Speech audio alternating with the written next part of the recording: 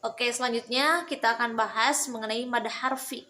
Ya, mad itu panjang, harfi itu huruf. Nah, apa sih definisi mad harfi itu? Definisi mad harfi itu yaitu ketika ada fawatihu suwar yang terdiri dari dua ejaan huruf hijaiyah yang dibaca sesuai dengan bunyi asli huruf hijaiyah. Lah memangnya ada bunyi palsu? Bukan begitu. Yang dimaksud dengan bunyi asli huruf hijaiyah yaitu contoh alif, ba, ta, sa, jim, ha, kho, dal, za, ro, zai, ha, mim, mim. Tuh. Tidak dibaca ma. Atau yasin, tidak dibaca yasa.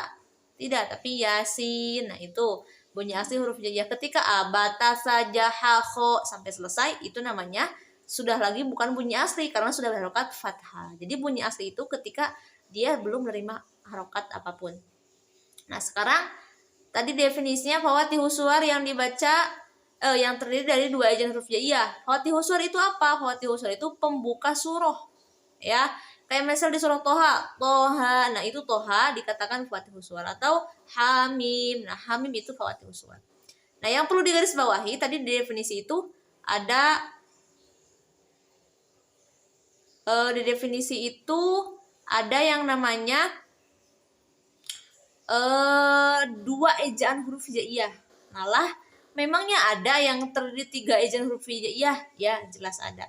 Sehingga yang dikatakan mad harfi itu ketika ada fawatihu suwar yang terdiri dari dua ejaan huruf hijaiyah. Kita bahas ya. Contoh di lafaz yang saya cantumkan gambarnya ada nun, ada qaf, ada shod, ada toha sampai selesai itu. Nah, satu kita bahas mana yang termaksud mad harfi. Satu, toha. Nah, yang kedua kosin, tapi hanya tonya aja. Yang ketiga ada hamim, tapi haknya aja. Yasin sama hanya aja. Terus kaf haya ain shod itu hanya iya sama iyanya aja. Nah, kita pecahkan arti dari dua ejaan huruf hijaiyah. Pertama di contoh toha. Ya. Dalam contoh tersebut to sama ha masing-masing punya dua ejaan huruf hijaiyah. Apa aja? To. To itu sama alif. Sebentar ini kurang jelas ya.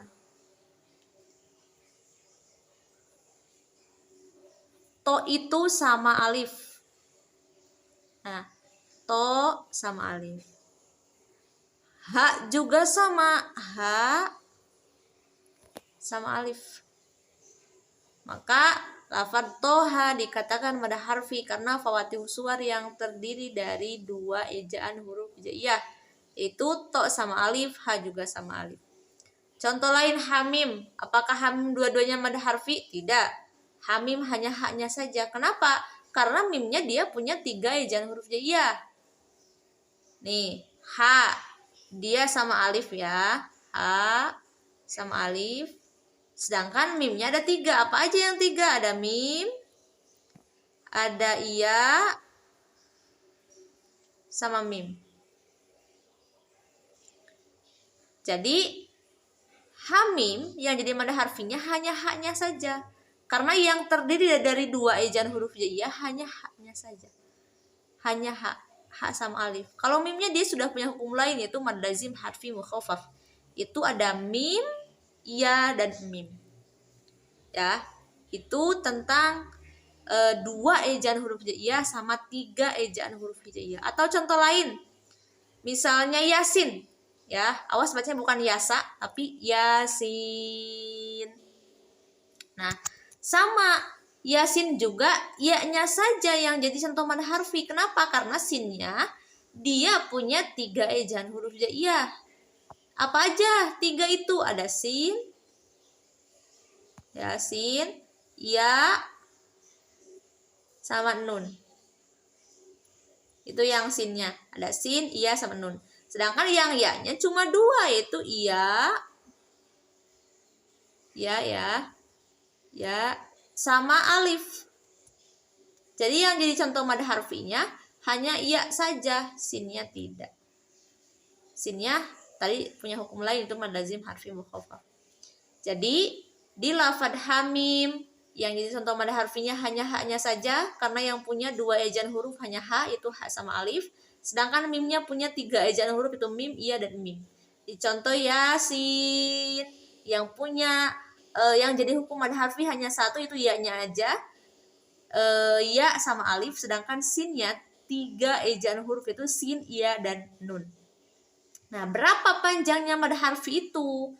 Karena mad harfi itu masih masuk pada rumpun mad lazim, mad mulhaq bil asli, maka panjang mad harfi di sini 2 harokat.